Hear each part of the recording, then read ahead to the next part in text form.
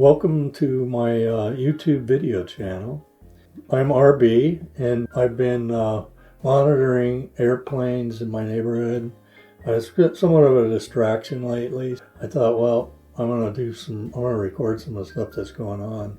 What happened is I noticed when I was looking at the flight data that one of the big planes that we've been watching is making odd turns and weird maneuvers. This one was a 360-degree steep turn.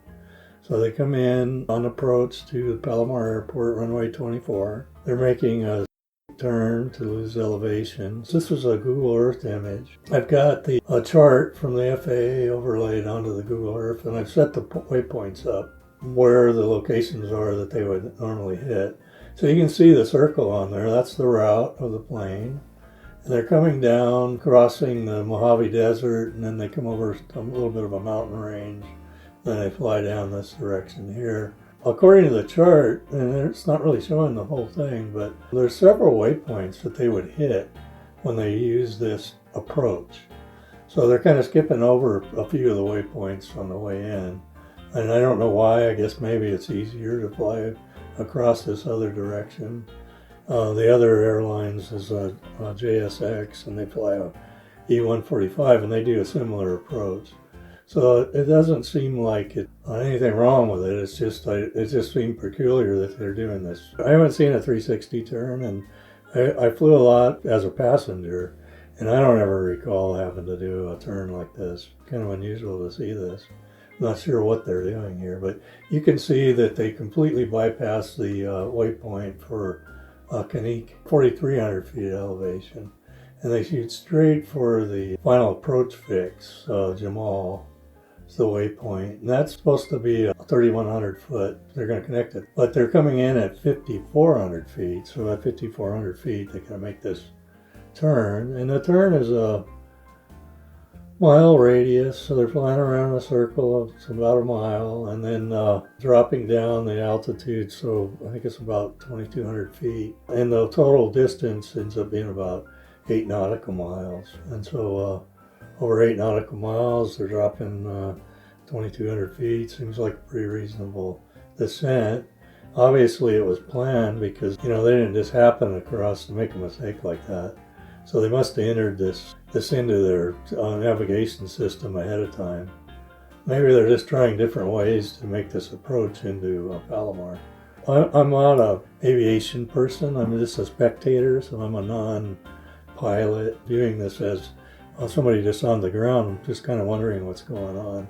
So I'm often taking videos of planes flying over our neighborhood and trying to, in an attempt to see how high they are. And then we're also monitoring the noise, so I do some monitoring on the sound side. And then what's going on here is there's actually three parts to this.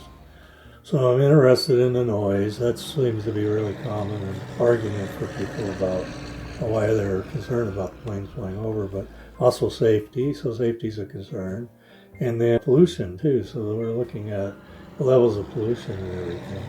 And as far as this video goes, I'm not trying to say that this is unsafe. It just seems a little peculiar, that they would be flying like this.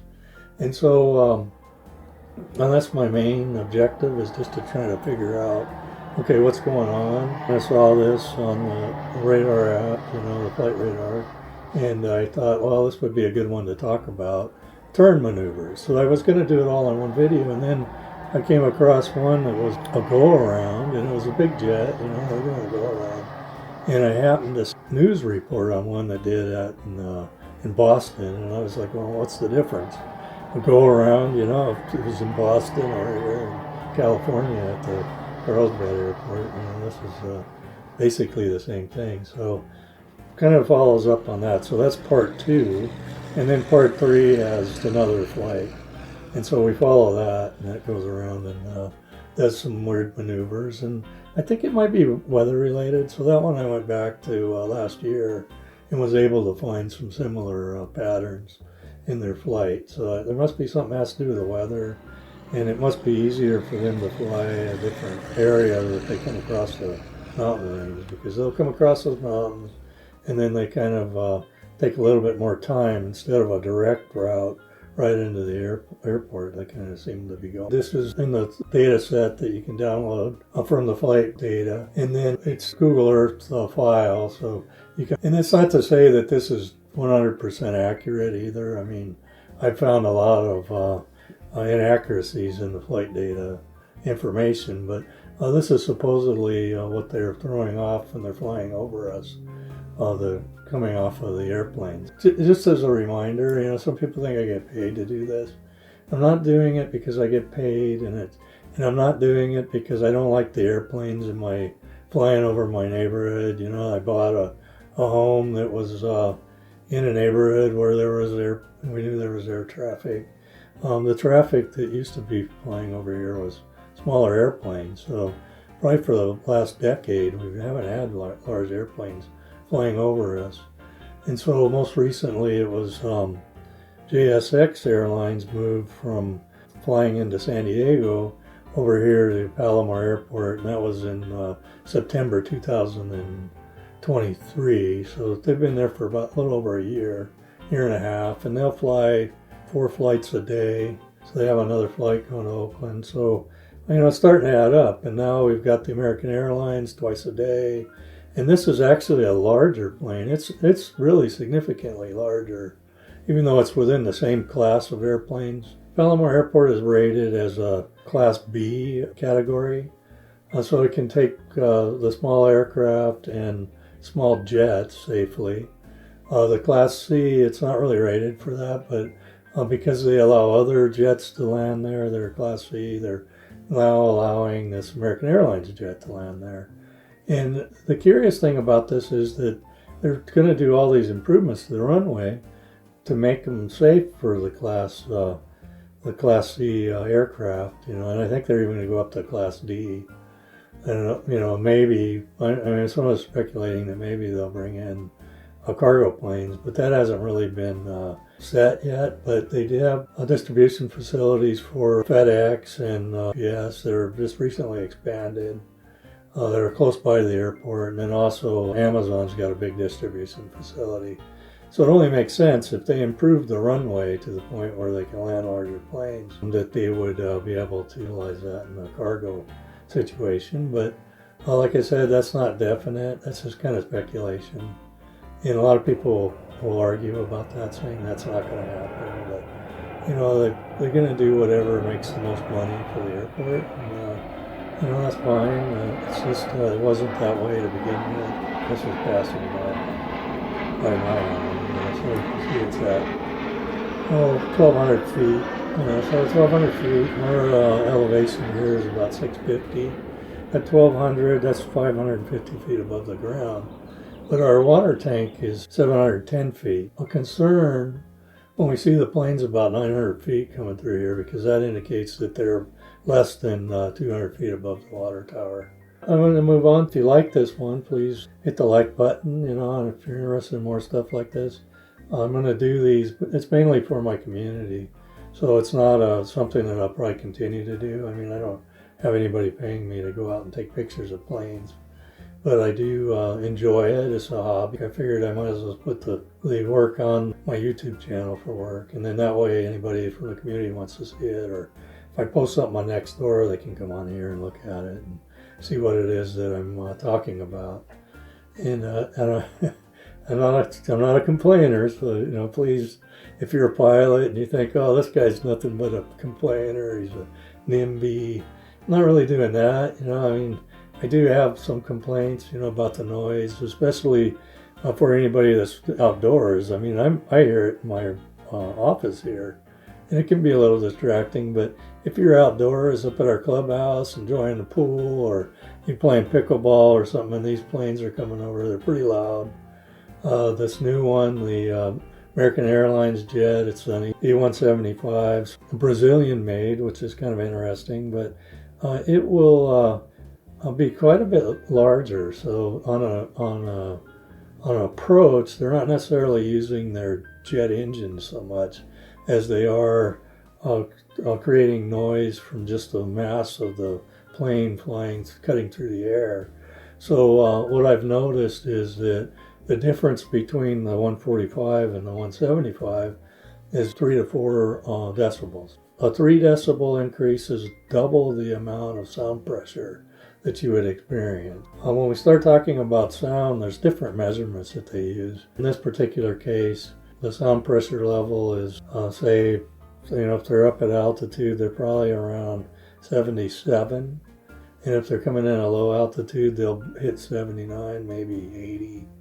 And usually on 80, that's getting a little bit too extreme, and we'll end up reporting that at 80. But below that, I don't really care about it too much. Over 75 supposedly is healthy for people, even though in a working environment you could have louder for longer periods. This is kind of a different thing. So with sound, when you measure the sound pressure intensity, that's actually physically affecting people. You wouldn't really notice it as far as from an ear perspective. You might not hear the frequency because it could be a low frequency, but you might be getting 100 dB of pressure, sound pressure. So it's something that we're kind of looking at as far as how does it affect our community. And I live in an area where we have 3 communities that are all senior living. So there's about 1,200 homes here, and 90% of them are occupied by senior citizens. So, I mean, the homes, you could stay inside and say, yeah, I can get my soundproofing done, and you could have the windows with double pane windows and stuff. And it makes it quieter, so it isn't as bad, but you want to spend any time outside and you got to endure this noise. It's unpleasant. It's more than unpleasant, it's annoying. And like I said, not to complain, but all the arguments, against anybody that has participated in the Planning Commission, if you look at the records, they've come back and told the people that they haven't really proved that there's a problem. Right now, I can't say that there's a problem. I don't know that this is unsafe. Seems peculiar. It looks like they're probably testing different methods to try to see how they can land this plane. But it kind of does bring into question, is it really safe to be landing here with that size aircraft, and under the conditions that the runway are in right now? Or is this like kind of putting the cart before the horse and bringing the airplane in and then, we're going to make the improvements? So anxious to get started on the improvements, I'm sure, but it just seems a little short-sighted to do it this way. But hey, that's somebody's got this planned out. There's people that have okayed it. You got the FAA supposedly has some oversight on all this, and I don't know where they're at most of the time. I never hear from them. I had one incident where there was a plane that looked like it almost crashed into one of the neighborhoods that was close by here. And we reported that because it was definitely below the level of a safe altitude to be flying around, and they looked into that. I got a response from them on the email, but as far as this one's concerned, we haven't reported anything, so there's nothing for anybody to respond to. But anyways, that's about it. So this is going to be RB signing off. We'll see you on the next episode. So part 1, if you liked part 1, you want to look at part 2, go ahead and watch that.